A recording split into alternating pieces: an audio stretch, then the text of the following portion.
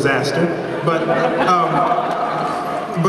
we were in Simi Valley, way out in the mountains, and the only place I could find was a TGI Fridays.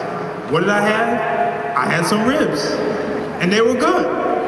But I probably won't have some for another couple of weeks. I mean, you know, I don't eat that way every meal, and so I'm not asking you all to turn into rabbits and only eat celery and carrot sticks.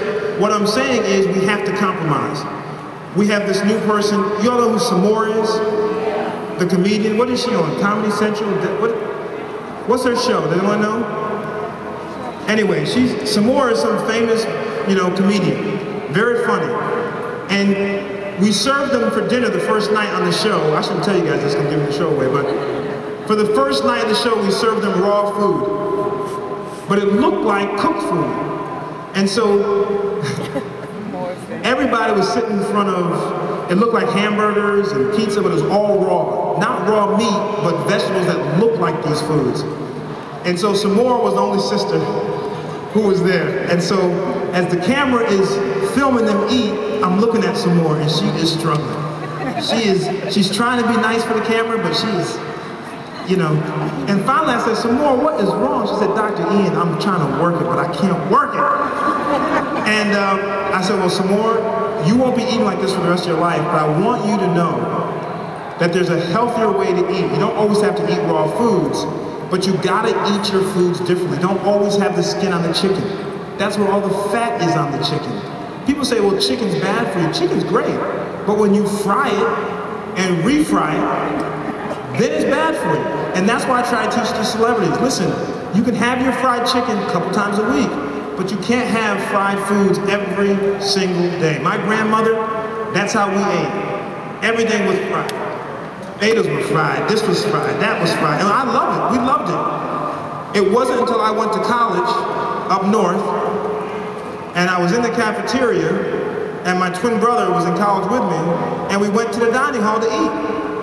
And I looked at the food and said, I can't eat this. You know, the vegetables, you try to cut into them, you had to use a knife to cut them, they were rubbery, and the meat was raw. And I said, I can't eat this kind of stuff. So my brother and I went out and had pizza and burgers. Now our money ran out, and so we had to join the food plan at the school, and finally I called home and said, Mom, we're not gonna make it here. And you know what? Gotta learn how to eat other types of food. Now I can't eat all those fried food. My system is just not used to it. And I loved it like everybody else, it's just not used to it. So what I'm trying to teach us is we can enjoy the foods that we've been used to, but we can do it in a healthier way. And that's why I'm excited that you guys are here, because I'm doing this for you guys. And I'm doing it because no one else is stepping up to the plate. You know, people get on TV all the time and say, America's suffering from obesity, and you know, in the year 2015, 75% of America is going to be overweight. But who is walking the walk and trying to help people at a local level make a difference? Well, let me tell you who's doing it. I was giving a speech at Black Enterprise in Dallas, and I was on the stage with a woman who I'd never met before, a sister. Her name was Pamela Eel.